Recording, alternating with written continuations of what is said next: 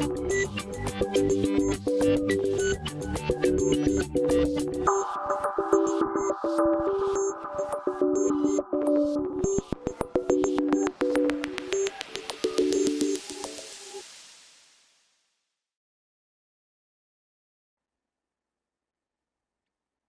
galera! Vamos embora para frente em frente, que atrás vem gente. Ó, fixação de objetivos. Você, concurseiro, que fixa objetivo. Eu costumo sempre dizer, ó, deixa eu abrir um parênteses aqui, né? Às vezes a pessoa tá estimulada, quando tá com edital, passa 2, 3 meses estudando e aí não logra o êxito. Porque assim, até porque a gente sabe que estudar só 2, 3 meses, né? Existem pessoas que passam, não tenho dúvida disso. Mas a grande maioria não consegue, porque às vezes é muito assunto para a gente estudar em pouco tempo. E nem todo mundo tem a base, nem todo mundo está aí atualizado em todos os assuntos, não é verdade? Mas aí não pode existir, porque a gente tem que começar um dia, né? E aí as pessoas acabam o edital, acaba aquele concurso e não tem outro edital. E aí as pessoas tendem a esmorecer. Né? E aí estuda um dia, no outro dia não estuda, estuda um dia. Às vezes eu pergunto, o que tu vai estudar amanhã? Né? A pessoa, não sei, vou ver quando acordar. Gente, não é assim. A gente, quando não tem edital, aí é que a gente tem que estabelecer objetivo. Aí é que a gente tem que criar uma meta. Você tem que estabelecer, olhando no longo prazo, mas metas diárias e semanais. Quando não cumprir, você refaz a meta, ou seja, sempre olhando para o longo prazo. Em quanto tempo você quer acabar aquela matéria? Eu quero acabar aquela matéria em 3 semanas. Então, presta atenção que você tem 3 semanas. Se você não estudar hoje, você vai ter que compensar amanhã, mesmo que não tenha edital. Senão tem gente que fica 3, 4, 5 anos estudando e desmete. Por quê? Vê, será que é isso que eu estou atribuindo? Ou será que eu estudo só quando tem edital? E aí, quando não tem edital, eu fico fazendo de conta que estou estudando. Estudo um dia, no outro dia não estudo, eu estudo menos horas, tá certo? Então, gente, quando eu estou falando de relação de objetivos, eu estou falando que a, a relação entre objetivo e desempenho está muito ligada ao comprometimento com o objetivo. Ou seja, quando você estabelece o objetivo, quando você tem automotivação, que a gente chama de centro de controle interno, quando você se autocontrola, quando você mesmo estabelece essa meta e não é imposta, gente, isso tende a aumentar o desempenho. Então, na relação entre objetivo e desempenho, você vai conseguir sempre maior desempenho. Quando você estabelecer o objetivo, quando esse objetivo for aceito por você e não imposto, quando esses objetivos são públicos. Quando eu digo de públicos, não quer dizer, eu estou dizendo que o contrário é privado, não é objetivo público de administração pública, não. Significa, meus objetivos eu digo a todo mundo. Aí por isso que às vezes, Beth, a gente não pode dizer muita coisa. Eu, na época que eu estava escrevendo o livro, eu disse, o que está fazendo? Escrevendo o livro. Porque aí as pessoas começam assim, cadê? E o livro? Aí você começa assim, eita, é mesmo, peraí, estou escrevendo. Então, às vezes tinha dia que eu não estava com vontade, que eu estava cansada, e a pessoa, e aí, quando é que termina? Aí eu disse, eu adiei. Adiou de novo? Não, vamos lá. Você está entendendo? Então, os objetivos têm que ser públicos e você tem que ter automotivação. Claro, você tem que buscar essa força dentro de você, que todo mundo tem. A força que você tem para comer, para beber, para sair, para estar com amigos, você tem que buscar essa força para que você alcance aquele objetivo. Tá certo? Além disso, existe uma teoria psicológica da psicologia, né, nem psicológica da psicologia, que se chama a teoria da autoeficácia. Gente, a teoria da autoeficácia está relacionada à convicção de que você vai conseguir alcançar aquele objetivo. Gente, a autoeficácia é exatamente a ideia de que você pode e você vai conseguir. Quando as pessoas não acreditam, eu já vi gente assim, eu não sei se eu vou conseguir. Minha gente, lascou. Porque o cara já entrou dizendo, não sei. Quando você entra dizendo assim, eu vou conseguir, você vai colocar toda a tua energia, pode ter certeza disso. Você diz, eu vou conseguir, né? Você já entra assim, seja o que Deus quiser, mas eu vou até o fim. Se você acredita e tem convicção de que você vai conseguir e que nada vai te atrapalhar, você pode ter certeza que você já tem ali 80% do caminho vencido. Porque tenha certeza que durante o período que você estiver realmente acreditando nisso, você vai se dedicar o máximo possível para o alcance disso. Isso é o que a gente chama de autoeficácia, que é essa convicção individual de que você é capaz de realizar uma determinada tarefa, tá certo? E a gente diz também que a fixação de objetivo, gente, ela pode ser feita de forma individual ou coletiva, que tudo vai depender, né? Por exemplo, no caso de concurso, você tem que estabelecer seus objetivos. Tem gente que diz assim, a gente estuda coletivamente. É verdade, pode estudar, mas você tem que ter objetivos individuais. Então, tarefas simples, tarefas assim, rotineiras, que você tem que fazer todos os dias, você não pode ficar dependendo do outro. Agora, você pode estabelecer, olha, uma vez por semana, 2 vezes por semana, 3 vezes, sei lá, nós vamos estudar em equipe. Mas você tem que ter as suas metas, os seus objetivos traçados. E a outra coisa que também influencia na relação objetivo-desempenho, ou seja, que você vai se comprometer mais, isso provavelmente vai te gerar um maior desempenho, é o feedback. Gente, o feedback, quando é da própria pessoa, ele é mais eficaz do que quando é externo. Deixa eu explicar isso. Às vezes você passa por alguém e a pessoa diz assim, como você tá bonita, como não sei o quê. E aí você, né? Você diz, a pessoa está querendo me agradar, tá certo? Mas quando você se testa, quando você, por exemplo, estuda e vai lá e faz as questões, e você vê que está dando certo, gente, é outra história. Então, o que ele está dizendo aqui, é que o autofeedback é melhor. Cadê? Onde é que está isso? Espera aí. Aqui, o feedback conduz a melhores desempenhos. E o feedback, quando é gerenciado, ele tem se mostrado muito mais motivador do que o feedback externo. Ou seja, muito melhor do que você também está ouvindo o que os outros dizem, é você estar se autotestando. Você já ouviu dizer que as pessoas não têm que estar bonitas, mas têm que se achar bonitas? Que o cara, quando se acha, ele se acha. Ele chega chegando, não é verdade? Pois é exatamente isso, é o autofeedback. Quando ele se olha, quando você se olha e você se acha maravilhosa, pode ter certeza que aonde você chegar, você vai estar maravilhosa, porque você se acha, tá certo? Agora, se você se acha um patinho feio, se você acha que não vai conseguir, tenha certeza que você já tem ali 50% de chances de fracassar diante daquele objetivo. Então, mais importante é acreditar que você é capaz e você se testar, né? Porque o feedback é isso, né? Você provar, né, para você mesmo que você é capaz e que você, né, tá conseguindo alcançar aquilo que você quer, tá certo? Então, isso é a teoria da definição de objetivo. Gente, essa teoria, ela serve muito para pessoas que gostam de viver na incerteza, ou seja, que estão sempre buscando algo para se realizar. Eu costumo dizer que concurso é mais ou menos isso, né? A gente está numa busca constante, né? É um processo passar em concurso. Então, fica ligado nisso, né? Fica ligado no estabelecimento de objetivos. Não pensa só em edital. Pensa que cada semana você tem um edital na tua mão e que você tem que dar conclusão em alguma coisa até o final da semana ou de 2 semanas, aí você vai estabelecer o tempo que você acha que é importante. Como esse curso nós estamos fazendo. Então, nós temos 9 aulas, né? Então, você estabelecer, Beth, eu vou assistir uma aula por dia, eu vou ler o material conforme nós combinamos antes de assistir a aula, eu vou terminar a aula, vou fazer as questões, e se eu tiver dúvida, eu vou te perguntar. Então, assim, isso é importante, tá, gente? Que você estabeleça. Então, você vai ter, em 9 dias, você vai ter aprendido tudo de gestão de pessoas, pelo menos é o que eu espero, tá certo? Vai ter feito as questões e aí você está pronto para fazer outras questões, para ter novos aprendizados. Inclusive, para você vai ter ainda um canal de comunicação comigo, para você, durante algum tempo, poder tirar as dúvidas comigo. Tá certo? Então, pensa nisso. A próxima teoria é uma teoria chamada de contingencial, ou seja, uma teoria moderna, chamada de teoria de Vroom, tá certo? E essa teoria, gente, eu vou começar falando bem difícil, para depois falar bem fácil, tá certo? Então, eu vou trazer as palavrinhas certas da teoria, que você pode encontrar na tua prova, mas eu quero, sobretudo, que você entenda, né? E aí a gente diz nessa teoria de Vroom que existem 3 construtos, né, 3 variáveis, vamos dizer assim, né, que atuam na motivação das pessoas. Um é a valência, e a valência está relacionada ao valor que você atribui a uma recompensa, ou seja, a força que te move na busca daquele objetivo. Qual o valor que você atribui? O valor que você atribui é a força que te move, gente. Isso é muito importante para mim. Então, provavelmente, você vai colocar bastante energia naquilo que você considera muito importante, tá certo?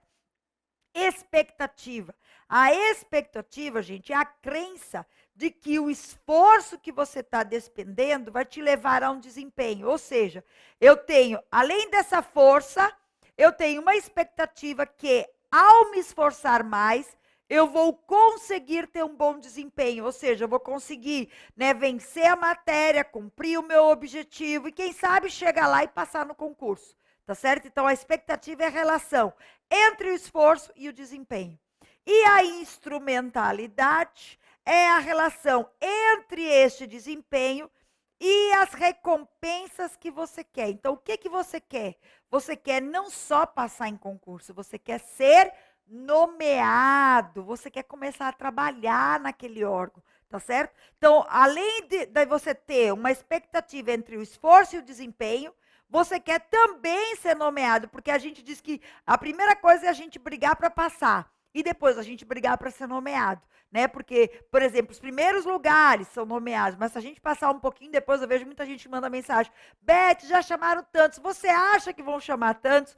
Aí eu disse: olha, eu não sei dizer, mas assim, a princípio eu vou procurar saber se o órgão está precisando de gente, né? Que a gente, como trabalha nisso, tem muitas informações e conhece muita gente. Mas assim, a ideia é, será que eu vou ser nomeado? Né? Mas claro que a gente não vai ficar esperando ser nomeado, né? A gente vai estudar até passar e até ser nomeado, tá certo? Sem parar até que a gente entre lá. Então, essa relação, gente, é o que a gente chama de teoria contingencial. O que é a teoria contingencial? É a força que te move na busca do objetivo. E esta força vai ser maior ou menor se você perceber relação entre o teu esforço e o desempenho, e entre o desempenho e o atendimento da tua necessidade individual. Ou seja, você tem que perceber relação entre o esforço e o desempenho, que é a expectativa, né? Você tem que perceber instrumentalidade, né, para que a força seja desempenhada. Por isso que a gente diz que a motivação é fruto de expectativas, de recompensas e de relação entre expectativas e recompensas. E aí eu pego o desenho que agora vai facilitar a tua vida. O que você quer? O que você quer? Você quer o teu objetivo individual, ou seja, você quer o quê? Trabalhar no órgão, certo? Você quer ser nomeado e você quer trabalhar, ok? Você sabe que para trabalhar, você precisa empreender um esforço, tá certo? Então, qual é o valor que você atribui a esse alcance desse objetivo?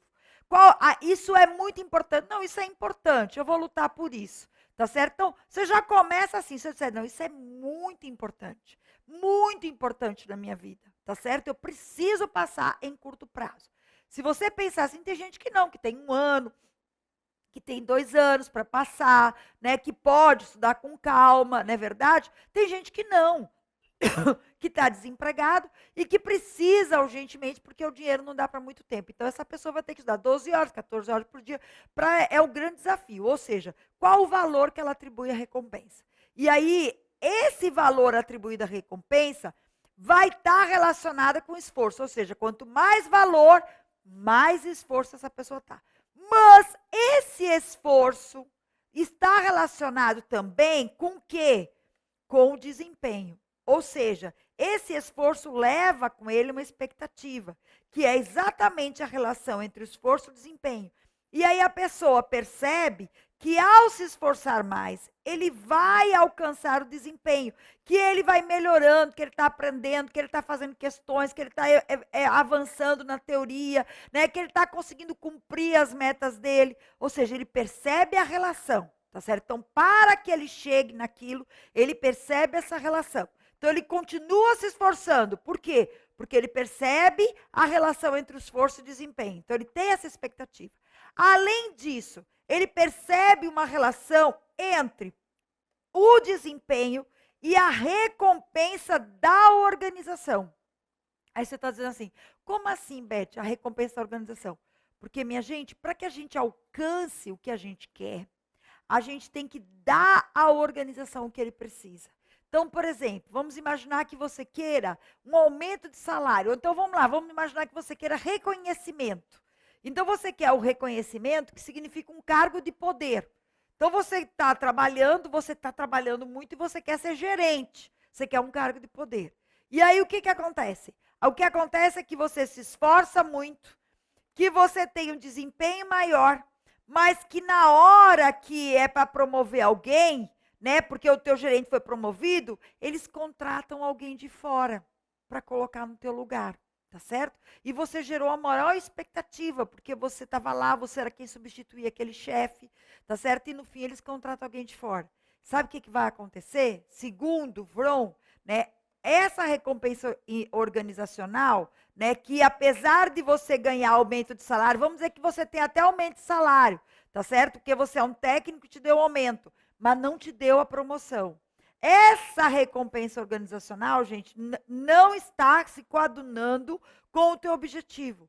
E aí sabe o que, que vai acontecer? Vai acontecer o contrário. Você vai perder o valor, você vai se esforçar menos, porque você não está percebendo relação. Tá certo? E aí, a ideia é que você se esforce menos porque você não conseguiu o que você queria. Tá bom?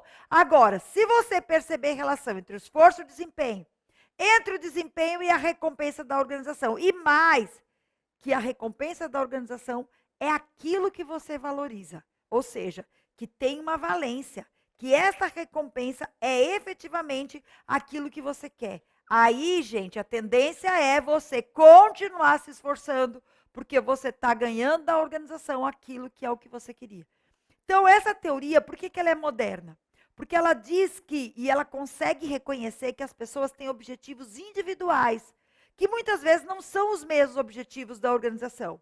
Mas a organização tem que perceber qual é o teu objetivo, ou seja, o que, que você quer, o que, que você está valorizando, né, quando você está atuando, quando você está trabalhando, para que ela passe a te dar aquilo que você quer. E isso leve você a se esforçar mais. Se a pessoa não receber aquilo que ela quer, qual a tendência da pessoa?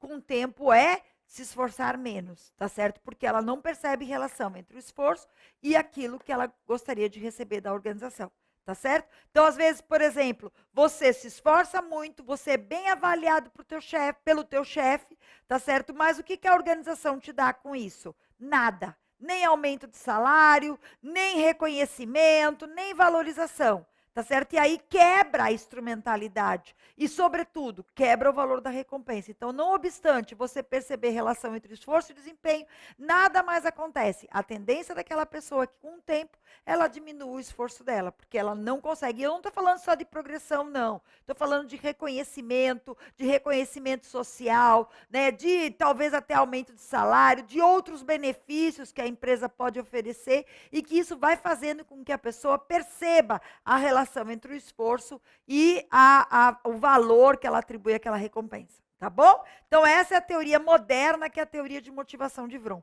E a última teoria, que não é uma teoria de processo, né? Porque a teoria de processo acaba naquela de Vroom, é uma teoria que a gente chama do ambiente, ou seja, quais as consequências do ambiente que vocês estão vendo aqui, que vão fazer com que uma pessoa entre no ciclo motivacional e tenha um determinado comportamento. E aí a gente vai ter 4 situações, né, que é a teoria de Skinner. O que a gente chama de reforço positivo, reforço negativo, a punição e a extinção, né? Pode marcar aí, porque eles podem colocar em prova ou evitação ou extinção. O que significa o reforço positivo? Reforço positivo, você tem que primeiro, para essas 4 teorias, você tem que decorar as palavrinhas do bem. E aí, depois você vai entender, tá certo? Mas, sobretudo, as palavrinhas do bem você tem que saber. Minha gente, essa teoria do reforço, desde 2010, que não aparece em prova. Estou sendo muito sincero, nós estamos em 2015, você vai dizer assim, são 5 anos, Beth, que não coloca essa teoria, é verdade. Se você pegar questões antigas, 2010, 2011, de CESP, você vai encontrar. Antes disso, ou depois disso, você não encontra mais.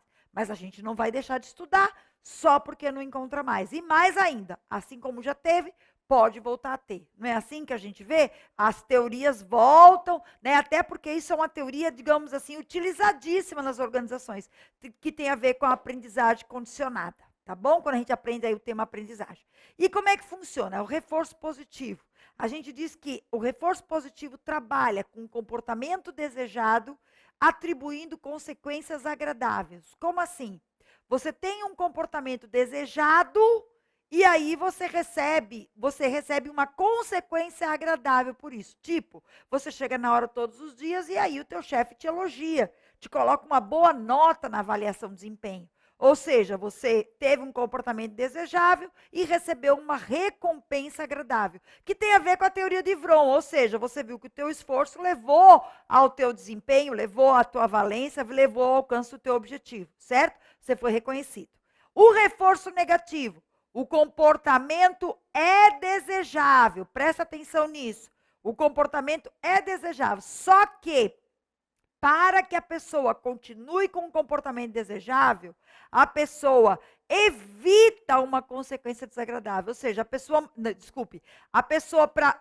mantém um comportamento desejável. Melhor agora, estou explicando melhor. A pessoa mantém o comportamento desejável para que ela evite uma consequência desagradável. Deixa eu dar o exemplo que aí você vai entender. Você continua chegando na hora todos os dias, não porque você recebe um elogio, mas porque você sabe que se você não chegar na hora, o teu ponto será cortado. Você entendeu? Então, o fato de você chegar na hora não vai te fazer receber um elogio, mas o fato de você chegar na hora, ou seja, você tem um comportamento desejável, vai evitar que você tenha uma consequência desagradável. Ou seja, vai evitar que seu ponto seja cortado, que você receba uma advertência da organização, tá certo? Que é isso que diz aqui. Então, o reforço negativo é quando você tem um comportamento desejável e aí você evita uma consequência desagradável, tá certo? Então, você mantém o teu comportamento, né? Não porque você recebe um elogio, mas porque você sabe que se você não mantiver, você vai sofrer uma punição. Você vai ter uma consequência desagradável. Eu costumo dizer que o reforço negativo trabalha muito em cima da ameaça, né? Quando você sabe que se você não tiver aquilo, você vai ser punido. É mais ou menos isso. Então, você atua com aquele comportamento para não ser punido, ou seja, para não receber uma consequência desagradável, ok? A punição propriamente dita é quando você teve o comportamento desagradável, desejável, indesejável. Ou seja, você tem um comportamento indesejável, você chega atrasado. E aí, o que acontece com você? Corta o ponto, corta o horário, a advertência. Ou seja, você recebe a consequência desagradável. Tá certo? E o que é a evitação ou a extinção de um comportamento? É quando o teu comportamento é indesejável e aí você retira uma consequência agradável. Deixa eu explicar. É como se fosse assim, ó, você chega, o menino tira nota ruim na prova. Teu filho tira nota ruim na prova. Aí sabe o que você faz? Você tira o computador, você tira algo que ele gosta. Você não coloca ele de castigo. Colocar de castigo é aplicar uma consequência desagradável, tá certo? Não, você não faz assim, ele continua livre, mas você tira uma coisa que ele gosta. E aí, gente, você daí consegue, né, quando você não reforça aquele comportamento desagradável, você consegue que aquele comportamento se extinga. Deixa eu explicar melhor. Como assim, Beth? Vou falar melhor, vou falar de criança. Criança, isso é muito claro. É o que a gente chama, é aprendizado condicionado, né? Olha como é que acontece. Eu tenho um primo que quando chegava lá com meu filho pequenininho, ele ensinava palavrão. Ele sabia que eu não gostava. Uma criança pequena aprende as coisas muito fácil, e sobretudo que não presta, né? E aí ele ensinava palavrão pro menino, para ele chegar para mim e dizer assim, vai lá para sua mãe e diga, né? Aí, lá vinha, né? Meu filho, manhã, pá, dizia, né? Aí eu olhava para a cara dele, olhava para a cara do meu primo, já sabia quem era. Minha gente, se eu dissesse, meu filho, não diga isso, meu filho, isso é feio. Aí é que ele dizia. Aí o que eu comecei a fazer? Nem ligava. Ou seja, não ligava, afastava, né? Vamos embora. Afastava e dizia, poxa, não faz isso, né? Não ensina isso para o menino, né? E aí a gente diz que quando um comportamento não é reforçado, ele tende a desaparecer. Então, o que ele queria era chamar a minha atenção. Na hora em que eu não reforço, não dou bola, não dou importância, nem ligo, e ele vê que não teve o efeito sobre mim, sabe o que acontece? Ele para de fazer. Você já deve ter visto criança se jogando no chão, e a mãe vai lá, e adula, e não sei o quê, vem cá, ou então bate. Tem. Minha gente, o que aquela criança quer é exatamente aquilo, é chamar a atenção da mãe. E ela não se dá conta disso, né? Que o que ela está fazendo, que a criança está fazendo, ele descobriu uma forma de chamar a atenção, por bem ou por mal, uma forma de chamar a atenção. Quanto mais a mãe valorizar aquilo, e valorizar significa xingar, bater, botar de castigo, sei lá, valorizar, mais ele vai fazer. O comportamento, quando não é reforçado, tende a desaparecer. Deixa lá, vira as costas. Eu sei que é difícil, a gente fica com o coração na mão, mas deixa lá, vira as costas. O comportamento, quando não é reforçado, tende a desaparecer. Ou seja, para que a pessoa que tem um comportamento indesejável, né? Como é que você faz para que ele, né, mude? Você retira uma consequência agradável. E a consequência agradável é exatamente você estar lá dando atenção e não sei o que, que é isso que ele quer. Na hora que você retira essa consequência agradável, acabou.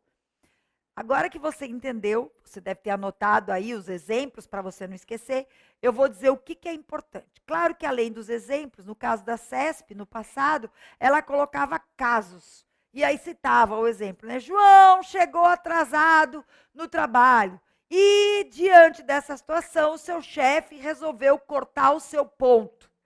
Isso é um caso de... E aí ele botava punição, né? Aí você vai analisar. Como é que você sabe se é punição? Primeira coisa que você vai perguntar. O comportamento é desejável ou é indesejável? Gente, comportamento desejável só tem duas situações.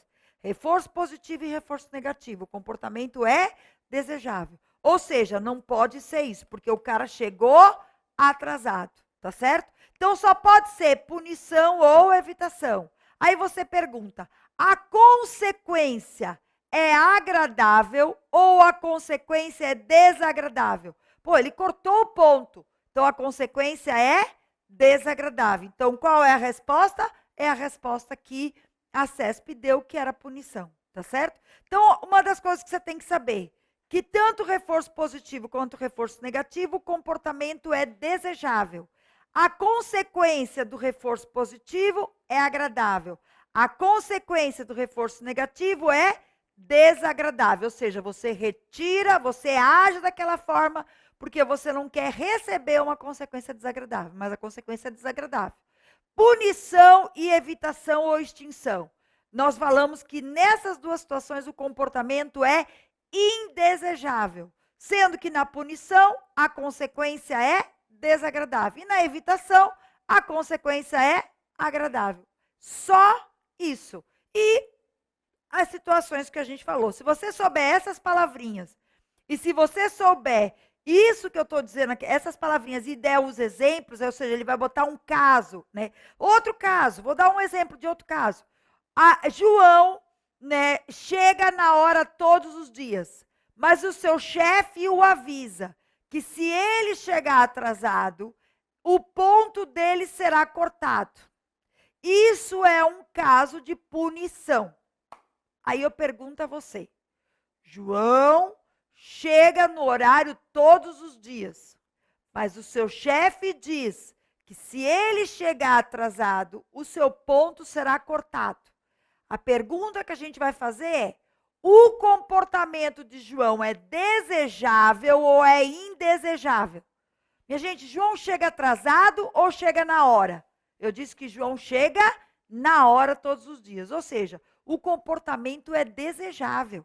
Se o comportamento é desejável, jamais pode ser caso de punição. Por quê? Porque caso de punição, o comportamento é indesejável. Você entendeu? Então, aí você vai dizer assim, o comportamento desejável só pode ser reforço positivo ou negativo. E a consequência, o que foi? O chefe disse que se ele chegar atrasado, vai cortar o ponto. Ou seja, a consequência é desagradável. Nesse caso, gente, comportamento desejável com consequência desagradável, a resposta correta seria reforço negativo. Que eu disse para você que o reforço negativo seria uma ameaça. Lembra disso? Pois muito bem. Então é só para a gente fechar. Presta atenção nessas teorias, tá certo? Presta atenção nos detalhes. Quais são as teorias que mais caem em prova? Maslow e Herzberg são as que mais caem, certo? Prova de CESP, não tem isso. CESP coloca VROM, CESP coloca a teoria da definição de objetivos, sem dizer que a definição de objetivos motiva um comportamento. E quando esses objetivos são desafiadores específicos, isso leva a maiores desempenhos, que é o que está escrito lá na teoria, tá certo? Quanto mais os objetivos forem específicos e desafiadores, maiores os desempenhos da pessoa. E mais, quando os objetivos são aceitos e são participativos, também melhora o desempenho. Eles colocam uma frase como essa para você responder certo e errado. Claro que está certo, está dentro do que a gente disse. Então, fica ligado nessas teorias de motivação, tá certo, gente? E mais ainda, fica ligado no conceito de motivação.